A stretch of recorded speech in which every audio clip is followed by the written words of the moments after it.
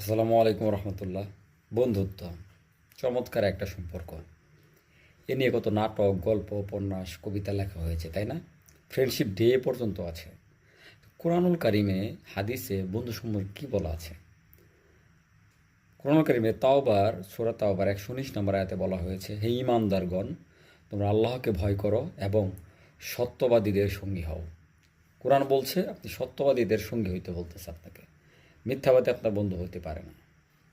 সূরা ফুরকানের ২৮ নম্বর আয়াতে আছে, জালিম সেদিন নিজের দুই হাত দংশন করতে করতে বলবে, হায় দুর্ভাগ্য, আমি যদি অমুককে বন্ধুরূপে গ্রহণ না করতাম। এখানে পাওয়া গেল আপনার জালিম হওয়ার পেছনে আপনাদের বন্ধুদের অবদান থাকতে পারে। সো বি কেয়ারফুল, এরকম কাউকে গ্রহণ করা যাবে না। তিরমিজের 2378 নম্বর হাদিসে রাসূল সাল্লাল্লাহু আলাইহি ওয়াসাল্লাম বলেছেন, মানুষ তার বন্ধুর আদর্শে গড়ে ওঠে। অতএব তোমাদের প্রত্যেকের বিবেচনা করে দেখা উচিত যে সে কার সাথে বন্ধুত্ব কায়েম করছে। এই কথাটি খুবই সাংঘাতিক। আপনি যেমন মানুষের সাথে থাকবেন, আপনার চরিত্র আদর্শ সেরকম হবে।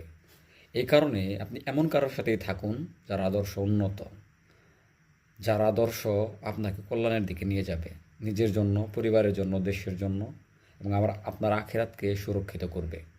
বন্ধুত্ব খুবই গুরুত্বপূর্ণ। যেমন মানুষের সাথে থাকবেন তেমন হবেন। So be careful about this.